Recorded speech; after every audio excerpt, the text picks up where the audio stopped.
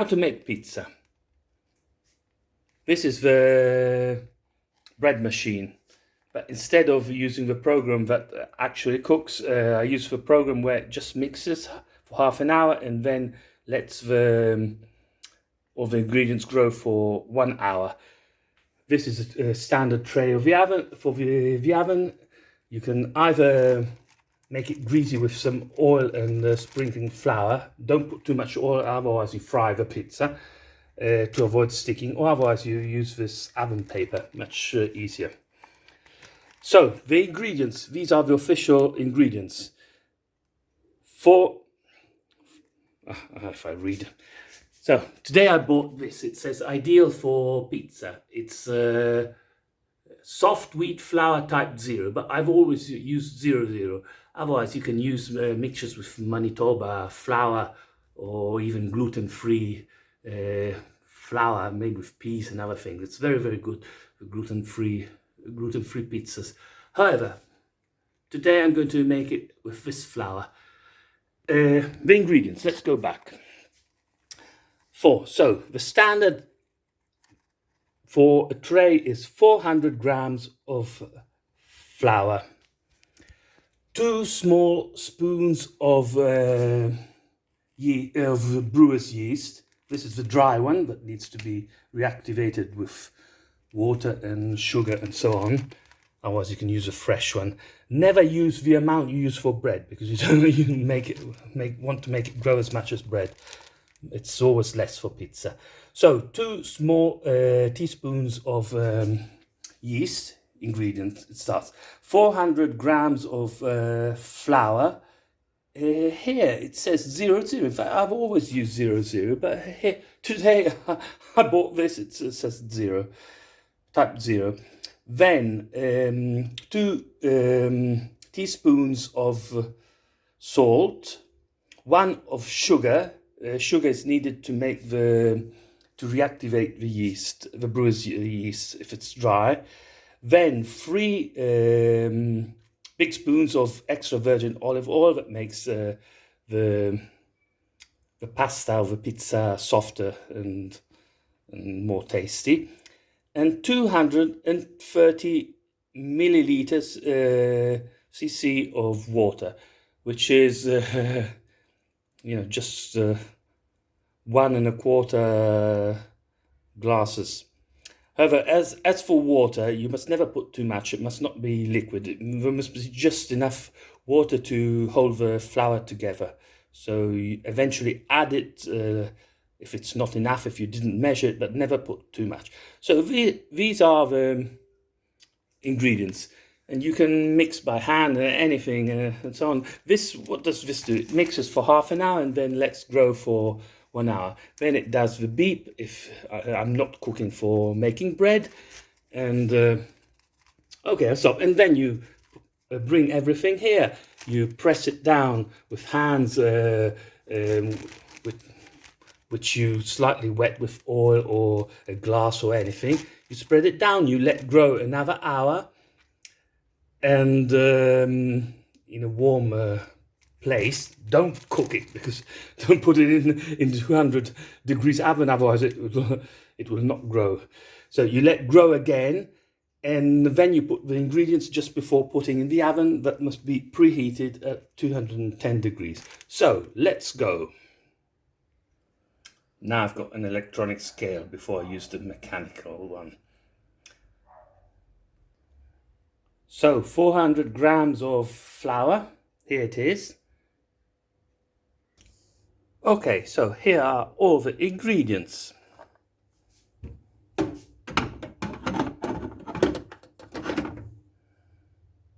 I chose program 9 that just does the mixing and growing without cooking, since it's not bread. And so let's go.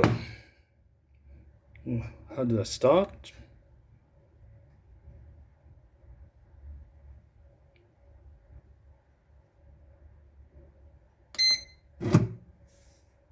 Okay, yes, it started. Okay, just let it go. Or otherwise you do by hand, you mix and you let grow for an hour. Okay, while it is mixing and letting grow, I'll just read you the instructions.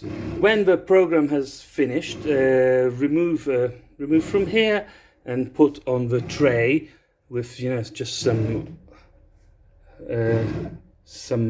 olive oil, and press down with whatever you prefer. It says let it grow at room temperature for 30 minutes. Then you fix the shape as you again and put the ingredients.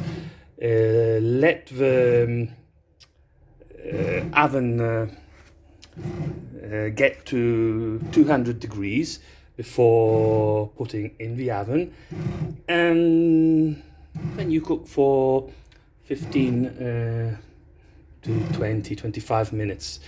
If you've got cheese, ham and so on, don't put it from the beginning, otherwise you burn. You just take it out, the tray out, let's say 5 minutes, 7 before the end, and you add it at the end.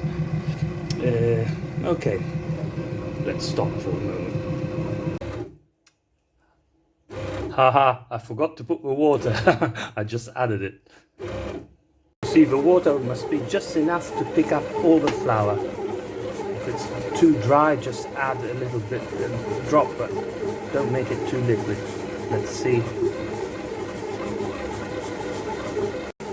You can of course do with any other machine or pressing with your fingers, with just a little bit of oil on your fingertips and hands. You just press it and press it and press it down on the container or dish.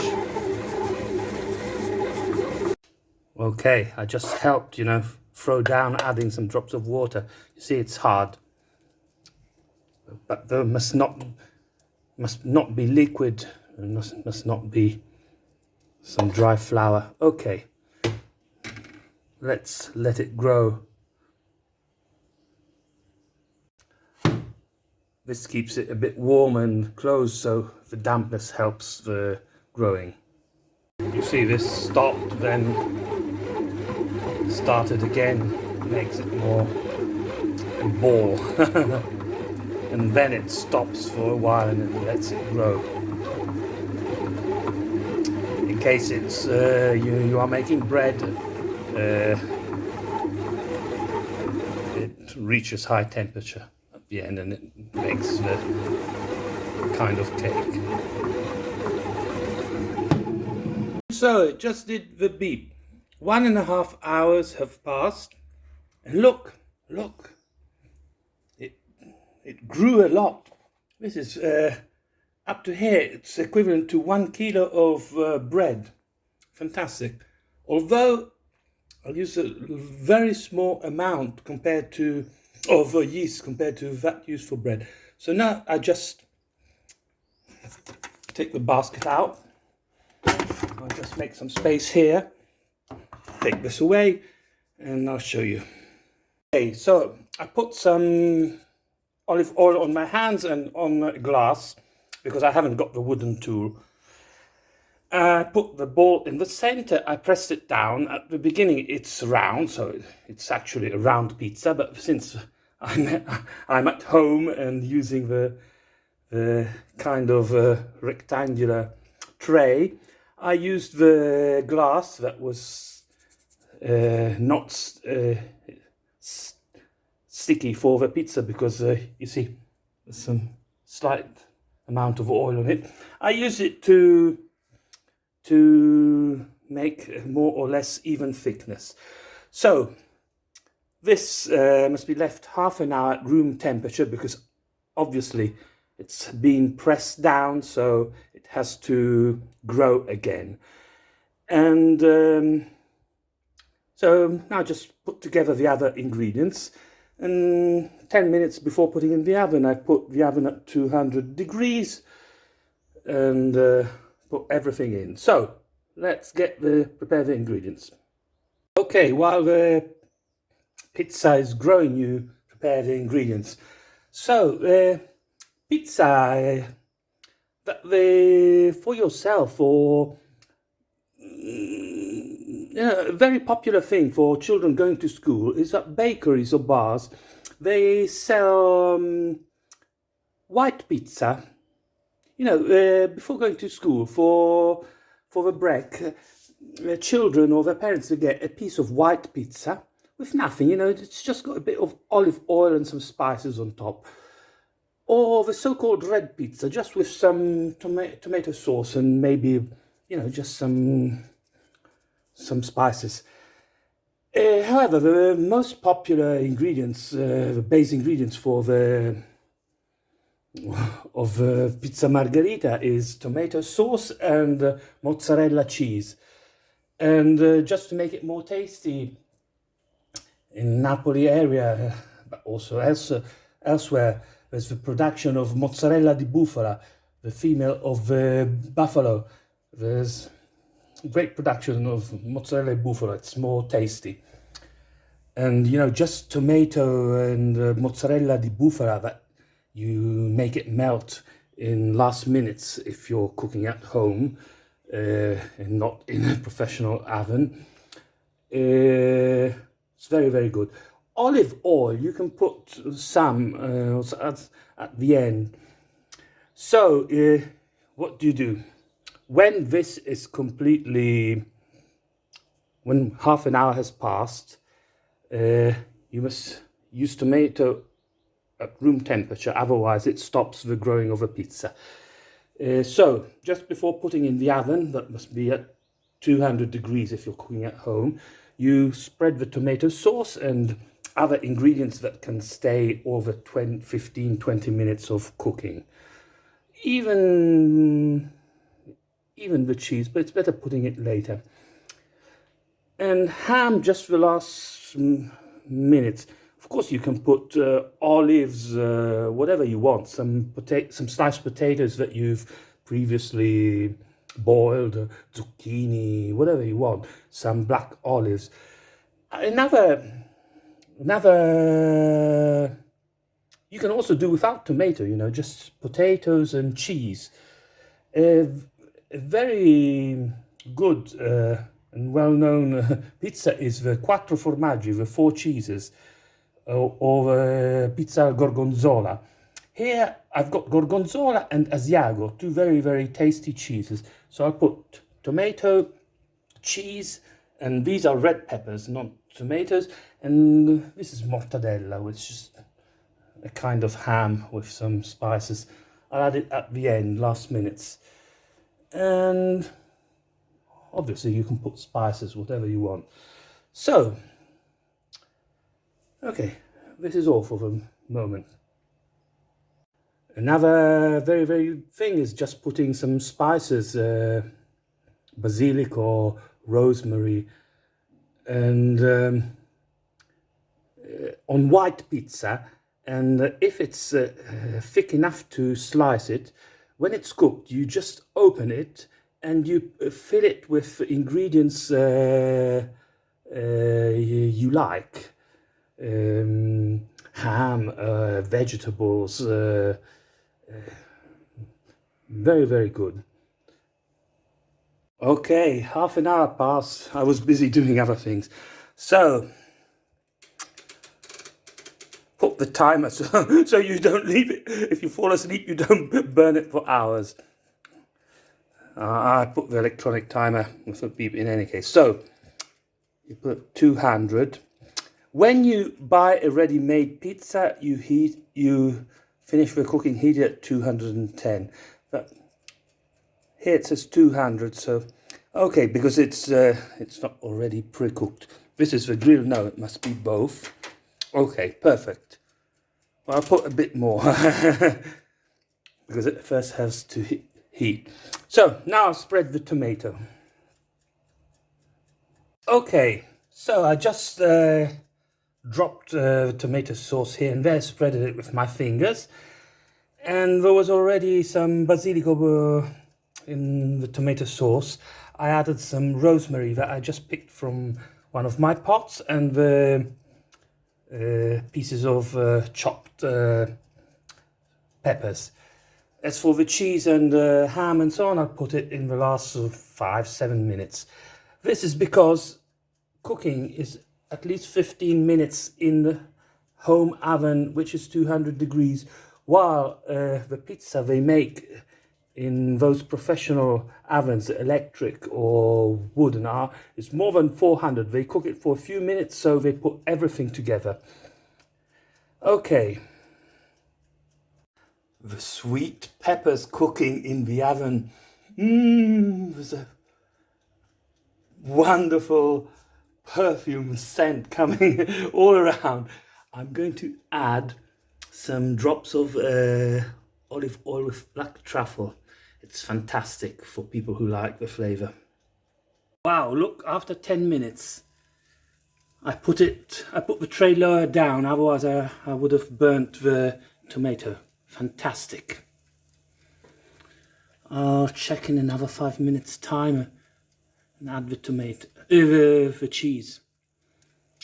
Or maybe I'll put it now, wait. Okay, I added the cheese. The cheese must be cooked but never burnt. Okay, I'll put the timer another 5 minutes, then add the mortadella, ham, whatever it is, whatever you choose to put. Okay, after 6 minutes the cheese was very well melted, and I pulled the tray out fast, closing the oven door, and added the mortadella. So at this point, since it is very thin and it can burn, you cook everything as much as possible just before the starting of the burning of the ingredients. You know, things can become gold, but you must not make it become black. You know, you see there is some black because there's a thin amount on the paper, but you must avoid turning everything into black. Brown, gold color. Okay, so I put the mortadella where there was only tomato, not cheese. Okay, I'll put the timer over 3 minutes, so approximate cooking time. So now it's around probably 18 minutes. Approximate cooking time is 20 minutes. Cooking time depends, of course, on the thickness of the pizza base, but also on the quantity of tomato sauce, because if there's a lot, it cools down and it slows down the cooking. However, look, it's starting to become gold and almost to burn. In a minute or two I'll remove it. It's around 20 minutes now. Okay, I removed it because otherwise I would have burnt the mortadella and the cheese. Here it is. You let it cool down a bit, because at the moment it's very, very soft. Look, grew a lot. In fact, people of pizzeria put a very small amount of yeast, 1/10 of the amount required for bread. And it depends, you know, there are people who like thick, very high pizza, soft, and people who like it very thin. It's a matter of taste. Okay, I put some drops of olive oil and also the one with black truffle. And here is the pizza cutter where it all started. It's a couple of years I haven't made pizza at home. I bought many sandwiches, many McDrives and so on. So, cutting it will let the dampness inside evaporate. So, you can do it, you know, half and half, or 1/3 and 1/3. I think I'll do 1/3 and 1/3, 1/3 and 1/3. Okay, so